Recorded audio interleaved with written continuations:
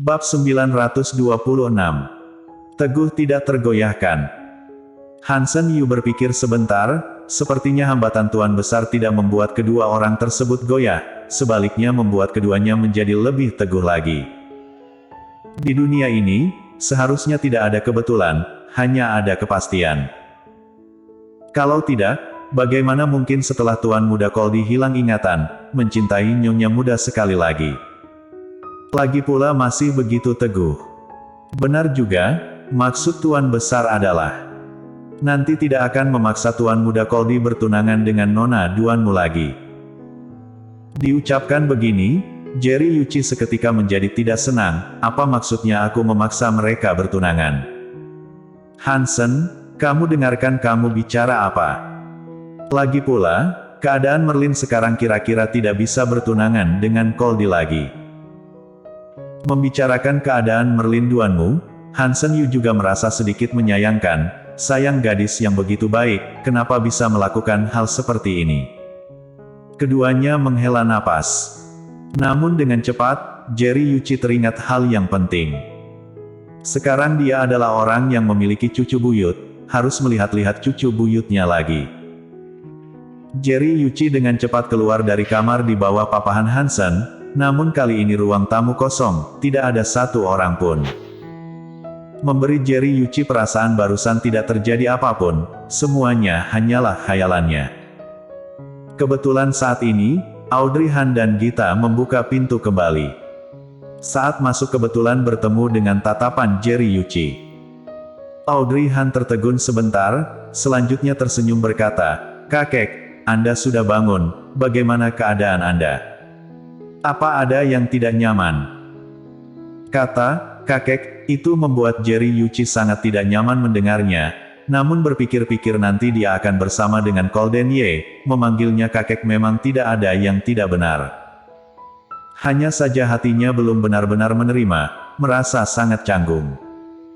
Jerry Yuchi mendengus pelan sebentar, tidak menjawab pertanyaannya, hanya bertanya, "Kalian keluar melakukan apa?" Audrey Han dan Gita bertatapan sebentar, selanjutnya menjelaskan, "Kami mengantar Bibi turun naik mobil, dia kembali ke hotel dulu." Jerry Yuchi seketika mengernyit, kembali ke hotel. Awalnya Jerry Yuchi masih berpikir malam ini tinggal lebih lama, melihat cucu buyutnya lebih lama, namun sekarang kelihatannya sepertinya dia juga tidak bisa tinggal lebih lama. Kalau tidak putri kecil kesayangannya itu kira-kira akan menyalahkannya lagi. Berpikir sampai sini, Jerry Yuchi berdeham pelan, barusan. "Kakek, malam ini juga sudah larut, kalau tidak kalian tinggal di sini." Karena tidak kenyang makan malam, jadi aku berencana saat lebih malam membuat mie seadanya, menurut kakek bagaimana? Apa dia ini sedang mengundang dirinya? Jerry Yuchi seketika menjadi arogan lagi, mendengus dingin, membuat mie seadanya. "Kalian seadanya sendiri saja, aku dan Hansen Yu akan pulang dulu." Benar saja seperti yang dikatakan Ani Song, Jerry Yuchi memang tidak akan tinggal bermalam. Bagus juga, dia masih merasa sembarangan membuat mie memang tidak terlalu baik, namun bila Jerry Yuchi tidak tinggal maka itu berbeda. "Kalau begitu aku dan Gita antarkan Anda keluar." Jerry Yuchi. Tidak disangka dia tidak bicara satu kalimat pun untuk menahannya. Jerry Yuchi melotot marah, namun bagaimanapun ucapan akan pergi dia katakan sendiri, kali ini bila berbalik maka terlalu tidak punya muka. Akhirnya dia bertopang tongkat, berjalan maju dengan marah. Hansen Yu bergegas mengikuti. Audrey Han dan Gita mengantarnya turun bersama. Jerry Yuchi dan Hansen Yu datang mengendarai mobil, supir di bawah menunggu sangat lama, sudah tertidur di dalam mobil. Hansen Yu maju mengetuk jendela mobil, supir segera terbangun, kira-kira karena tertidur sedikit linglung, supir mengusap wajahnya sendiri membuat dirinya tersadar, selanjutnya baru membuka pintu mobil, dengan hormat berkata, "Tuan Besar, Kepala Pelayan Yu." Selesai bicara, dia membuka pintu kursi belakang mobil. Jerry Yuchi menoleh menatap Audrey Han, setelah Audrey Han bertemu dengan tatapannya, dia langsung mengeluarkan senyum. "Kakek, Paman Yu, kalau begitu kalian hati-hati di jalan. Tak disangka tetap tidak ada satupun kalimat menahan, sepertinya bertekad ingin dia pergi. Jerry Yuchi memalingkan tatapan, tidak mengatakan satu kalimat pun pada Audrey Han, langsung membungkuk masuk ke kursi belakang. Sebaliknya Hansen Yu, dengan wajah tersenyum dan nada bicara lembut berkata pada Audrey Han. Nyonya muda, kalau begitu kami pulang dulu, malam ini angin kencang, di luar juga dingin, Anda cepat naik ke atas. Terima kasih atas perhatian Hansen Yu, setelah melihat kalian pergi, aku akan segera kembali. Baik. Hansen Yu juga mengikuti masuk ke dalam mobil, pintu mobil ditutup, mobil perlahan menjauhi tempat parkir. Setelah melaju tidak jauh, Jerry Yuchi melihat bayangan Audrey Han dari kaca spion, mendengus dingin dengan tidak puas, masih memanggil kakek dengan begitu dekat, begitu mendengar aku akan pergi, bergegas mengantarku turun.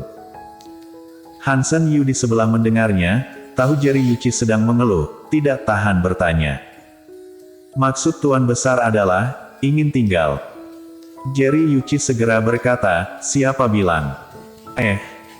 Hansen Yu tersenyum canggung berkata, ucapan Tuan Besar barusan, aku kira Tuan Besar ingin tinggal.